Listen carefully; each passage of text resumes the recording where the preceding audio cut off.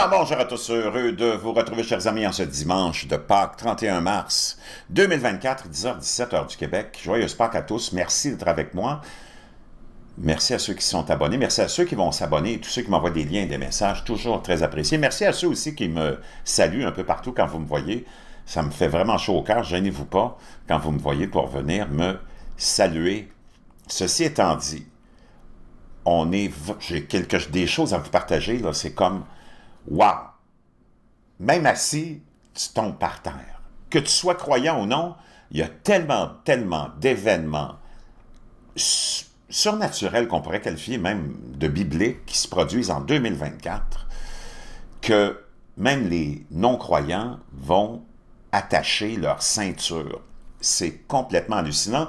Maintenant, tout le monde sait qu'on a une fameuse éclipse solaire, une très rare éclipse solaire qui va être visible au Canada, ici même au Québec. Moi, j'ai déjà acheté toutes mes petites lunettes pour moi et la famille pour ce fameux lundi 8 avril. Et aux États-Unis, il va y avoir une espèce de... Parce que cette éclipse-là, il a été précédée par une autre éclipse il y a 1 an ou 2, qui y avait un passage, et ce passage-là fait qu'avec celle de cette année, ça crée un X dans un certain secteur des États-Unis, certains États.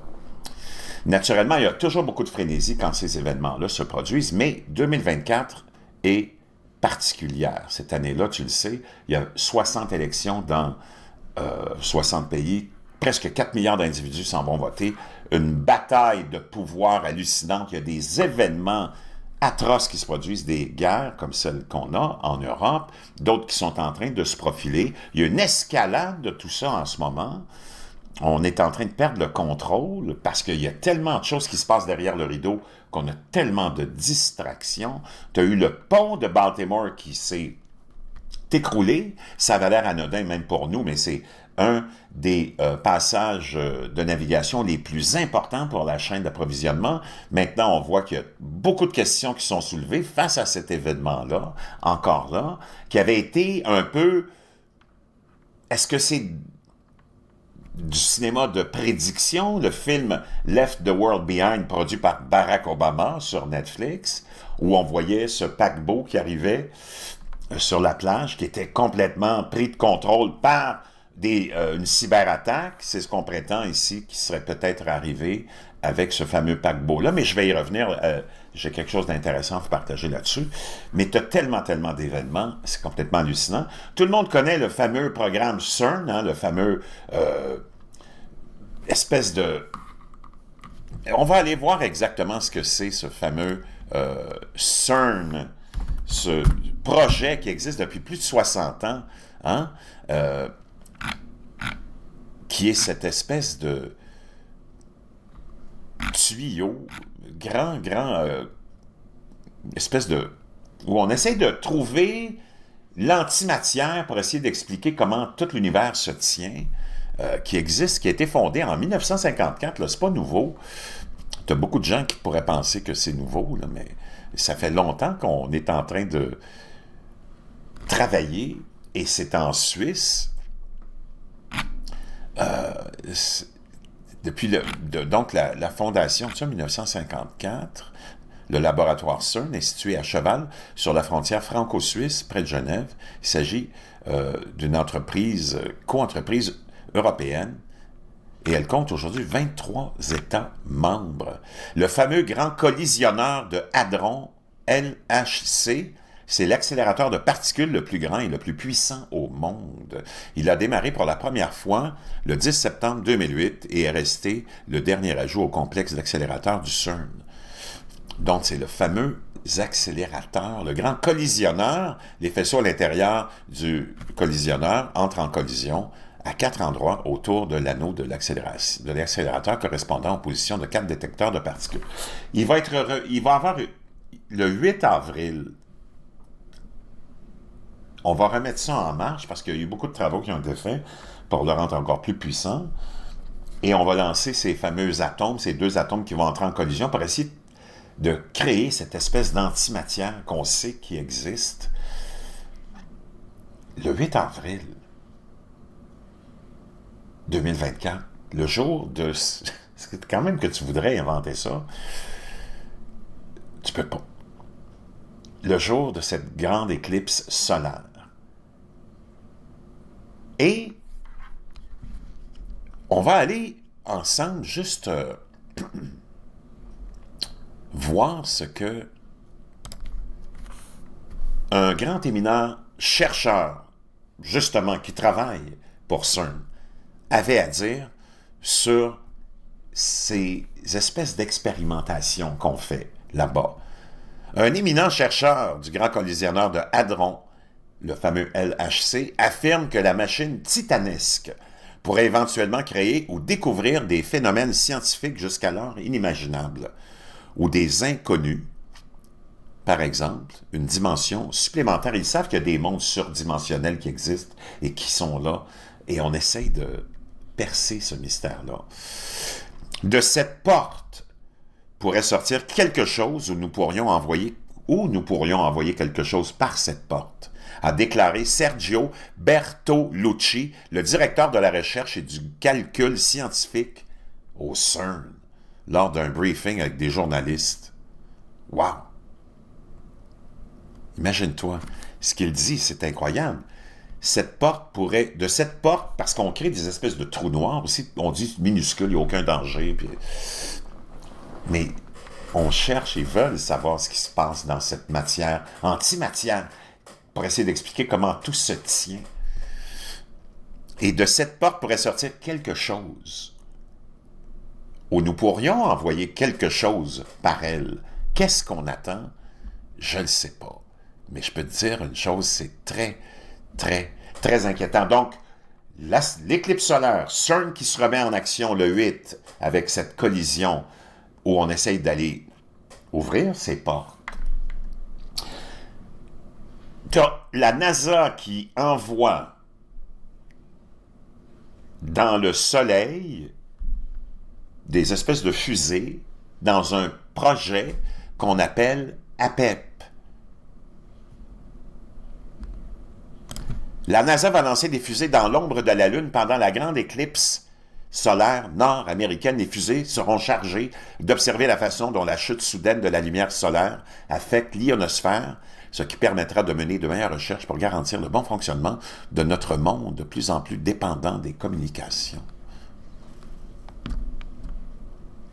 Quand même que tu voudrais ignorer tout ça, tout ça se passe en même temps. APEP, également orthographié APEPI ou APEP. On a appelé cette mission-là du nom d'Apep, qui était l'ancienne divinité égyptienne, qui incarnait les ténèbres et le désordre. Et était donc l'adversaire de la lumière. Wow! Donc, l'éclipse, CERN qui se remet en action pour aller ouvrir ses portes surdimensionnelles, pour faire entrer quoi? D'autres démons? N'a pas assez. La NASA qui envoie le même jour une mission du nom d'APEP. Tu as les cigales aussi qui font leur apparition peut-être en même temps ou non. J'aimerais juste aussi vous faire remarquer que juste en face ou sur l'entrée de cette institution qu'on appelle CERN, il y a cette fameuse statue Shiva. Shiva, encore là, représente, quand même que tu voudrais l'ignorer,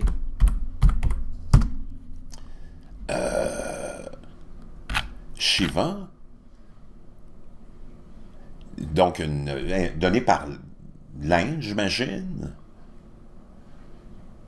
et le symbole, et le Shiva signifie littéralement bon augure, bien-être. Il est le troisième dieu de la triade hindoue et il est le dieu de la destruction. Wow! Quand même que tu voudrais ignorer tous ces faits-là, ils sont là. OK? Donc, l'éclipse solaire, les fameuses cigales dont je te parlais aussi, des milliards et des milliards d'insectes, c'est la première fois en 221 ans que ça va se produire. La dernière fois que c'est arrivé, c'est Thomas Jefferson, qui était le président des États-Unis. Tu vas avoir des milliards et des milliards et des milliards. Ça va coïncider avec l'éclipse solaire ou autour de l'éclipse solaire. Des milliards et des milliards de cigales qui vont envahir les États-Unis pour la première fois en 221 ans. Wow! C'est complètement fou. 221 ans. Faut quand même le faire. Si vous souhaitez des 221 ans où on aura cet événement-là aussi qui va coïncider avec brood of cicadas. Now, for the first time in more than 200 years, two very specific broods of cicadas will be emerging at the same time in 17 states. wow, première fois en 221 ans. Puis comme si c'était pas assez, OK? On va permettre en Israël un événement biblique aussi, dans l'espèce d'attente où on ne sait pas ce qu'il va y avoir, cette construction du fameux troisième temple, qui peut-être que l'attaque du Hamas et toute cette guerre-là est reliée au fait qu'Israël veut aller construire ce fameux temple-là, le troisième, sur un site sacré musulman.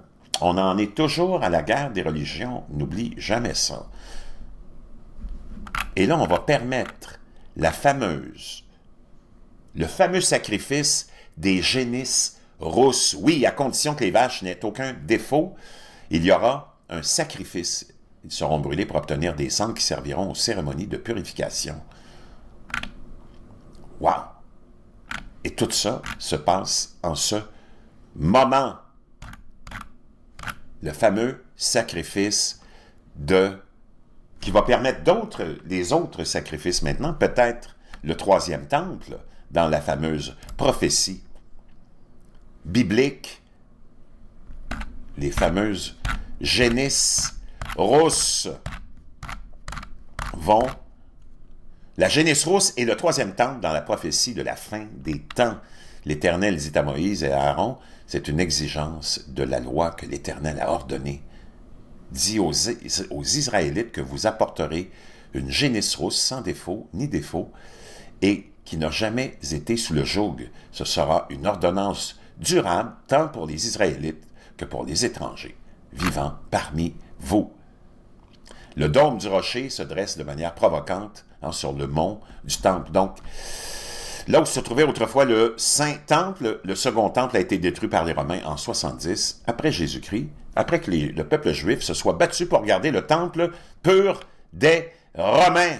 Donc, je ne sais pas, mais ça s'additionne.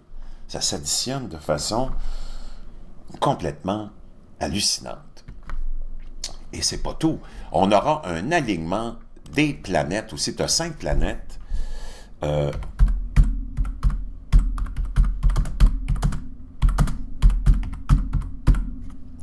alignement de planètes qui aura lieu aussi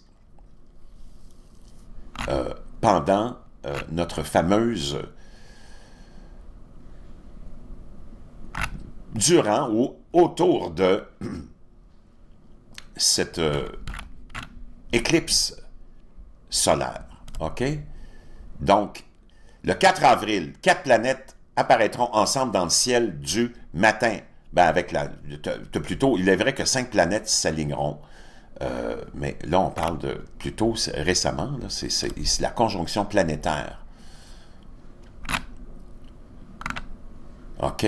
On aura les 5 planètes qui seront alignées. Les 5 planètes en question, je vais essayer de te les trouver. Donc, quand même que tu voudrais ignorer tous ces faits-là,